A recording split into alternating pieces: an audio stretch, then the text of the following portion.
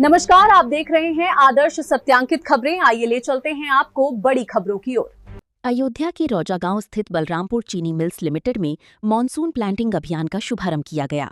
अभियान की शुरुआत डॉक्टर मैनेजर सिंह और महाप्रबंधक गन्ना जितेंद्र मलिक ने फीता काटकर एक आंख वाले गन्ना बीज की बुआई के साथ की। इस अभियान का उद्देश्य वैज्ञानिक तकनीकों के जरिए गन्ने की उत्पादकता बढ़ाना और किसानों की आय में वृद्धि सुनिश्चित करना है। कार्यक्रम के दौरान किसानों को मानसून में समय पर बुआई, उन्नत गन्ना किस्मों के चयन और आधुनिक खेती की तकनीकों की जानकारी दी गई। अधिकारियों ने बताया कि वैज्ञानिक तरीके अपनाकर किसान कम लागत में बेहतर उत्पादन और अधिक लाभ प्राप्त कर सकते हैं।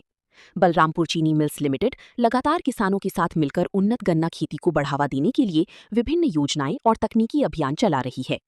रौजा गांव चीनी मिल के यूनिट हेड सुधीर कुमार ने कहा कि अधिक से अधिक किसानों को आधुनिक तकनीकों से जोड़कर गन्ना उत्पादन बढ़ाने का प्रयास किया जा रहा है।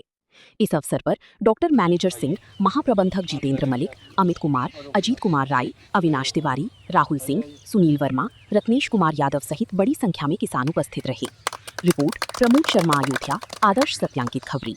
किसान भाइयों, मैं आप लोगों को ये बात बताना चाहता हूँ कि मानसून की बुआई से सबसे बड़ा लाभ ये है कि आपके पास अगर किसी प्रजाति का बीज कम है, जैसे 16202 है, आपकी 18231 है, या COL के 14201 है, या CO0118 है, या COS 13235 है, तो इसके लिए मानसून प्लांटिंग का मतलब केवल यह है कि उसको हम इस समय बोते हैं और मार्च अप्रैल के महीने में उसमें जो गन्ने बन जाते हैं और लगभग एक गन्ने में 10-12 आँख हो जाती है, तो 10-12 आँख हम उसको काट के और बीज में इस्तेमाल कर लेते हैं और फिर उसको छोड़ देते हैं। जैसे कि आप पीछे देख रहे हैं, ये मानसून पिछले साल का मानसून की क्रॉप है, 16202 वैरायटी है और इसमें मार्च के महीने में इससे बीज लिया जा चुका है और उसके बावजूद आप ये देख रहे हैं कि इसकी पेड़ी कितनी बढ़िया है। तो इसमें बीज ले लीजिए और उसके बाद छोड़ दीजिए। उससे क्या होता है कि आपको अगले सीज़न में इसको रेटून की पर्ची मिलती है, पर्चे आपका गन्ना सप्लाई समय से हो जाता है और सबसे बड़ा लाभ है कि बीज की कमी को पूरा करता है।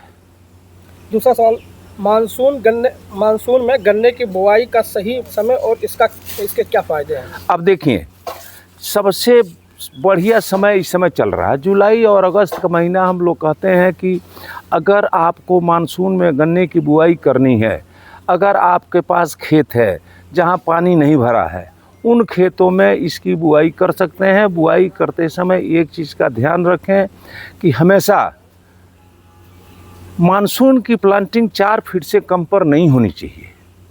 इसके अलावा अच्छा होगा कि एक एक आंख का टुकड़ा बोएं और उसके बाद से उसकी देख रेख करने में किसी तरह की असावधानी ना हो और इस चीज़ का भी ध्यान रखें कि जुलाई और अगस्त में पानी ना भरे। किसानों का संदेश जो हमने अभी बताया, किससे आपके जिस प्रजाति की बीज की कमी है उस प्रजाति को बोलें और मार्च और अप्रैल के 15 अप्रैल तक उसको काट के बुआई कर सकते हैं। इसका भी ये इंतज़ार ना करें कि हम इसकी बुआई काट के मई के महीने में करेंगे, क्योंकि मई में जब बोते हैं तो गन्ना काफ़ी विलम्ब हो जाता है और मई में बोए गए गन्ने में बहुत बढ़िया उपज नहीं आती है। इसलिए ये आपका बीज तैयार हो जाता है मार्च और अप्रैल के महीने में, तो इसलिए उसका लाभ उठाएं। और मैं तो ये कहना चाहता हूँ कि जितनी जो प्रजातियाँ जो आपके पास नहीं हैं, उन प्रजातियों को आप इस माध्यम से बीज के लिए बढ़ा सकते हैं। इसके अलावा एक चीज़ और मैं कहना चाहता हूँ किसान भाइयों, कल मैंने आपके क्षेत्र का भ्रमण किया और भ्रमण के दौरान हमने देखा कुछ खेतों में 0238 के, कुछ खेतों में काना रोग भी पाया गया।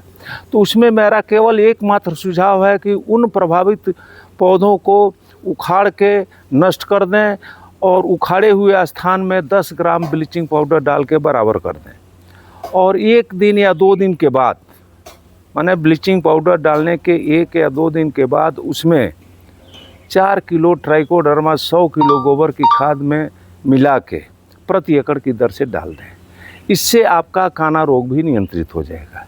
इसके अलावा कुछ खेतों में बेल, जिसको हम लोग क्रीपर कहते हैं, गन्ने पर चढ़ती हुई दिख रही है। देखिए किसान भाइयों, मैं आप लोगों से अनुरोध करना चाहता हूँ, सलाह देना चाहता हूँ कि यह बेल या क्रीपर आपका बहुत बड़ा नुकसान करता है। आप समझते हैं कि इससे हमारा कोई नुकसान नहीं है, लेकिन गन्ने के ऊपर जब फैल जाती है तो गन्ने को फोटोसिंथेसिस नहीं होने देती, जिससे गन्ने का पौधा अपना भोजन नहीं बना पाता है। इससे बड़ा प्रतिकूल असर पड़ता है।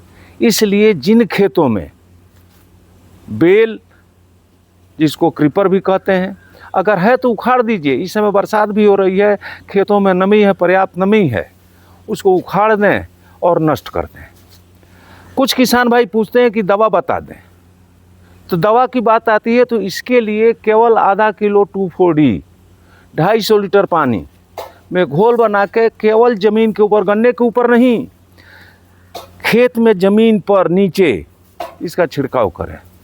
और जो पानी की मात्रा और जो दवा की मात्रा मैं बता रहा हूँ, इससे इसको ज़्यादा और कम ना करें, इससे भी बेल चली जाएगी। इसके अलावा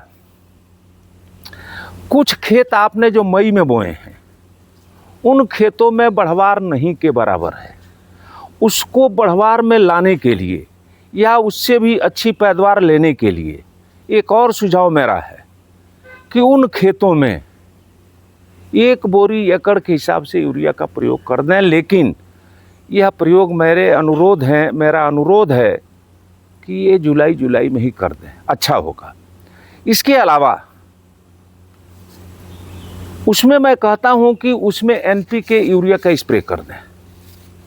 जैसे 1 एकड़ खेत है, उसमें आप 2.5 किलो NPK लीजिए, 0-32 19 उसमें 2.5 किलो यूरिया मिला दीजिए और 250 लीटर पानी में घोल बना के पौधे के ऊपर छिड़काव कर दें। या अगर थोड़ा और बेहतर चाहते हैं तो उसमें 1 किलो लीफ, वो एक माइक्रोन्यूट्रिएंट है, और उसके साथ आप 1.5 किलो NPK डाल दें। यूरिया की मात्रा 2.5 किलो ही रखें और इस तरह से इसका भी छिड़काव कर सकते हैं। तो किसान भाइयों, मेरा आप लोगों से केवल अनुरोध है कि आपकी पैदावार पिछले वर्षों देखा गया है कि बहुत कम आई है, उस पैदावार को बढ़ाने की आवश्यकता है। और जब तक पैदावार आपकी नहीं बढ़ेगी, आर्थिक स्थिति, मैं तो कहता हूँ हर किसान भाई की आर्थिक स्थिति मजबूत हो, और मजबूत करने के क्रम में आप अपनी पैदावार बढ़ा